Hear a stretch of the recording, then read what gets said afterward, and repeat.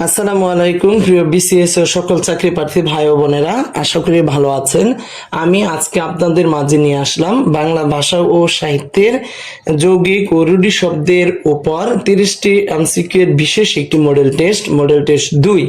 তো বন্ধুরা, আমি এখন মডেল টেস্টটি শুরু করতে যাচ্ছি। আশা করি আপনারা সম্পূর্ণ ভিডিওটি মনোযোগ সহকারে দেখবেন, তাতে করে কিছু বেসিক জ্ঞান পরিষ্কার করে জানতে পারবেন। তো শুরু করছি মডেল টেস্ট 2। পরীক্ষার্থীর নাম দিব মুক্তি আক্তার এবং তার জন্য একটি ছবি দিতে হবে আমাকে। ছবি দিয়ে নিলাম। পরীক্ষা শুরু হলো, সাথে সাথে এই 10 মিনিট সময় শুরু হয়ে গেছে। মডেল টেস্ট 2 এ প্রশ্ন রয়েছে 30টি। যেহেতু এটি রূঢ়ি এবং যৌগিক শব্দের উপর একটি মডেল টেস্ট, তাই আমি রূঢ়ি এবং যৌগিক শব্দ সম্পর্কে একটু দুটি সংজ্ঞা আপনাদেরকে জানিয়ে রাখি। প্রথম সংজ্ঞাটি হচ্ছে যৌগিক শব্দের।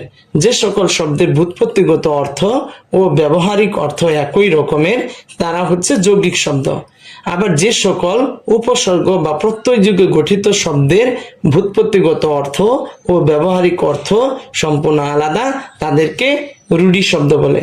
তো বন্ধুরা, এখন মডেল টেস্টটি শুরু করছি। গবেষণা শব্দের ব্যুৎপত্তিগত অর্থ কোনটি? ব্যুৎপত্তিগত অর্থ হচ্ছে গরু খোঁজা, আর ব্যবহারিক অর্থ হচ্ছে বিশেষ ব্যাপক অধ্যয়ন ও পর্যালোচনা। তো আমি এখন এখানে দেব গরু খোঁজা। দ্বিতীয় প্রশ্ন, কোনটি যৌগিক শব্দ? এখানে যৌগিক শব্দ বলতে যে শব্দটার ব্যুৎপত্তিগত অর্থ ও ব্যবহারিক অর্থ একই। এখানে মধুর শব্দ দ্বারা যে জিনিসটা মিষ্টি লাগে, ভালো লাগে, এটাই হচ্ছে মধুর। শুনতেও যে কোনো কিছু যেটা আমাদের শ্রুতিতে বা উপলব্ধিতে বা স্বাদের দিক থেকে মিষ্টি, সেটাই মধুর। কিন্তু প্রবীণ দ্বারা অভিজ্ঞতা সম্পন্ন বয়স্ক ব্যক্তিকে বোঝায় ব্যবহারিক অর্থ। আর ব্যুৎপত্তিগত অর্থ হচ্ছে বিশেষভাবে বীণা বাজাতে পারেন যিনি, প্রকৃষ্টভাবে বীণা বাজাতে পারেন যিনি। ব্যবহার দুইটা অর্থ আছে, একটা হচ্ছে বিশেষভাবে বয়ে আনা, আর বিয়ে ব্যবহারিক অর্থ বিয়ে। তেলের দুইটি অর্থ, ব্যুৎপত্তিগত অর্থ হচ্ছে তিলজাত পদার্থ, ব্যবহারিক অর্থ তেল।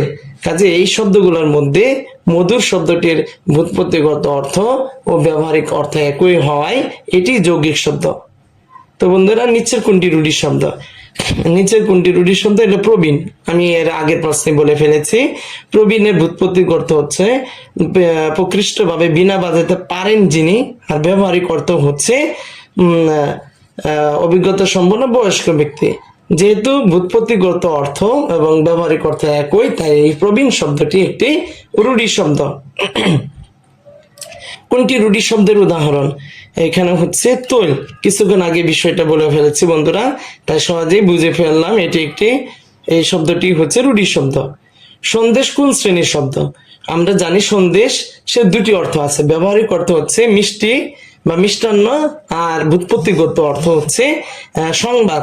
তাই সন্দেশ হচ্ছে রূঢ়ি শব্দ। নিচের কোনটি যৌগিক শব্দ? বাঁশির একটি ব্যুৎপত্তিগত অর্থ হচ্ছে বাঁশ দ্বারা তৈরি, কিন্তু আমরা বাঁশ দ্বারা তৈরি বাদ্যযন্ত্রকে বুঝি, তাই বাঁশি রূঢ়ি শব্দ। আমরা কিছুক্ষণ আগে জেনেছি গবেষণা রূঢ়ি শব্দ। প্রভাত মানে হচ্ছে প্রকৃষ্টভাবে আলোকিত, এটি হচ্ছে ব্যুৎপত্তিগত অর্থ, কিন্তু ব্যবহারিক অর্থ হচ্ছে সকাল। তাই এই প্রভাত, গবেষণা, বাঁশি এগুলা হচ্ছে রূঢ়ি শব্দ। আর গায়ক মানে যিনি গান করেন, গায়ককে বোঝায়, ব্যুৎপত্তিগত অর্থ ব্যবহারিক অর্থ একই হয়, এটা একটি যৌগিক শব্দ। প্রবীণ শব্দের ব্যবহারিক অর্থ কোনটি? অভিজ্ঞতা সম্পন্ন বয়স্ক ব্যক্তি। যেটি কোনটি যৌগিক শব্দ? আমরা জানি তৈল রূঢ়ি। দহিত্র দ্বারা বোঝায় কন্যার পুত্র। দহিত্র হচ্ছে যৌগিক শব্দ।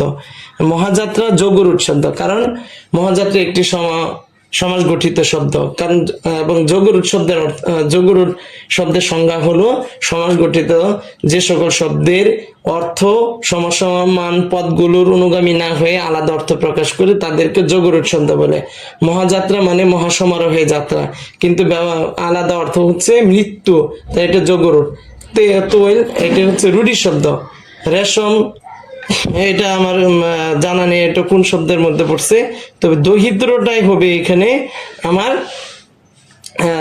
যৌগিক শব্দ, কারণ দহিত্র দ্বারা ওই কন্যার পুত্রকেই বোঝায়। কর্তব্য, কর্তব্য শব্দটি মূলত যৌগিক শব্দ, এটা সাধিতও না, রূঢ়িও না, যোগরও না। কর্তব্য হচ্ছে যৌগিক শব্দ। কর্তব্য শব্দের ভূৎপত্তিগত অর্থ ও ব্যবহারিক অর্থ একই, তাই এটি হবে যৌগিক। কোনটি যৌগিক শব্দের উদাহরণ? জ্যাঠামি হচ্ছে আমার রূঢ়ি শব্দ। চিকা মারা, প্রবীণ, হরিণ। হরিণ মানে যিনি হরণ করেন, এটা ভূৎপত্তিগত তত্ত্ব, কিন্তু হরিণ দ্বারা প্রাণী। প্রবীণ এটা আমরা জানেন রূঢ়ি, হরিণ একটি রূঢ়ি, কারণ যিনি হরণ করেন এটিকে না বুঝিয়ে হরিণ দ্বারা প্রাণী বোঝায় ব্যবহারিক অর্থে, তাই হরিণ রূঢ়ি, প্রবীণ রূঢ়ি, জ্যাঠামি রূঢ়ি। চিকা মারা হচ্ছে যৌগিক শব্দ। চিকা মারা, চিকা মারেন যিনি বা চিকা মারে যে, এটা ব্যবহারিক এবং ভূৎপত্তিগত একই, তাই চিকা মারা যৌগিক। জ্যাঠামির ভূৎপত্তিগত অর্থ হচ্ছে এক রকম, আর জ্যাঠামি দ্বারা ব্যবহারিক অর্থটা আরেক রকম। অর্থ দুটি আমার এই মুহূর্তে খেয়াল আসছে না, তবে জ্যাঠামি হচ্ছে একটি রূঢ়ি শব্দ। চিকা মারা যৌগিক। নন্দন কোন ধরনের শব্দ? নন্দন মানে দুটি অর্থ আছে, একটি ভূৎপত্তিগত অর্থ হচ্ছে শিল্প, আর নন্দন দ্বারা এটা কন্যা বা মেয়েকে বোঝায়। কন্যা বা মেয়েকে বোঝায়, তাই এটি হচ্ছে রূঢ়ি শব্দ। ভূৎপত্তিগত হচ্ছে শিল্প, ব্যবহারিক অর্থ হচ্ছে কন্যা বা মেয়ে, তাই এটি রূঢ়ি। নিচের কোন শব্দটি যৌগিক? কোন শব্দটি যৌগিক? আমরা জানি গবেষণা রূঢ়ি, নন্দন রূঢ়ি, মিতালি দুহিতা। দুহিতা মানে এটা কন্যা, মানে দুহিতা দুগ্ধ দহনকারী। দুহিতা মানে দুগ্ধ দহনকারী, এটা ভূৎপত্তিগত অর্থ, কিন্তু ব্যবহারিক অর্থ হচ্ছে দুহিতা কন্যার পুত্র বা মেয়ে বা নাতি এই জাতীয় কাউকে বুঝায়, তাই দুহিতা রূঢ়ি শব্দ। মিতালি, মিতালি একটি, মিতালি দ্বারা আমরা কি বোঝাই? যেখানে মিলিত হয়েছে। হ্যাঁ, আমরা এটার ব্যবহারিক এবং ভূৎপত্তিগত একই, তাই এটি হবে আমার কি যৌগিক শব্দ। তোল শব্দের ব্যবহারিক অর্থ হচ্ছে তোল, তোল, তোল, তোল মানে যে উদ্ভিদজাত কোন স্নেহ পদার্থ বা তেল। পাঠক শব্দটি একটি যৌগিক, কারণ পাঠক দ্বারা যিনি পাঠ করেন তাকেই বোঝায়, অন্য কাউকে বোঝায় না, এটা যৌগিক। কোনটি যৌগিক শব্দ? আদিত্য, যেমন অদিতির পুত্র, অদিতির পুত্র, কিন্তু আদিত্য দ্বারা সূর্য বা আগুন এই জাতীয় কাউকে বোঝায়। তা আদিত্য একটি সমাস গঠিত শব্দ, কিন্তু অর্থ হচ্ছে আলাদা। সমান পদগুলোর অর্থের অনুগামী হয় নাই, তা আদিত্য যোগরূঢ়। সাংবাদিক আমরা জানি, সাংবাদিক এখানে দুহিতা, জলদ, দুহিতা। দুহিতা কোনটি যৌগিক শব্দ? সাংবাদিক হচ্ছে যৌগিক শব্দ, সাংবাদিক দ্বারা সাংবাদিককে বোঝায়। দুহিতা আমরা কিছুক্ষণ আগে জেনেছি রূঢ়ি শব্দ। জলদ যোগরূঢ় শব্দ। কোনটি যৌগিক শব্দ? এখানে হচ্ছে পঙ্কজ, লাজুক, রাজপুত, হস্তি। হস্তি রূঢ়ি, রাজপুত যোগরূঢ়, পঙ্কজ যোগরূঢ়, লাজুক। লাজুক যিনি লজ্জা পান তিনি হচ্ছেন লাজুক, এটা হচ্ছে যৌগিক শব্দ। কোনটি রূঢ়ি শব্দ? কোনটি রূঢ়ি শব্দ? হস্তি, কারণ জলদ যোগরূঢ়, দহিত্র যৌগিক, চিকা মারা যৌগিক, হস্তি রূঢ়ি।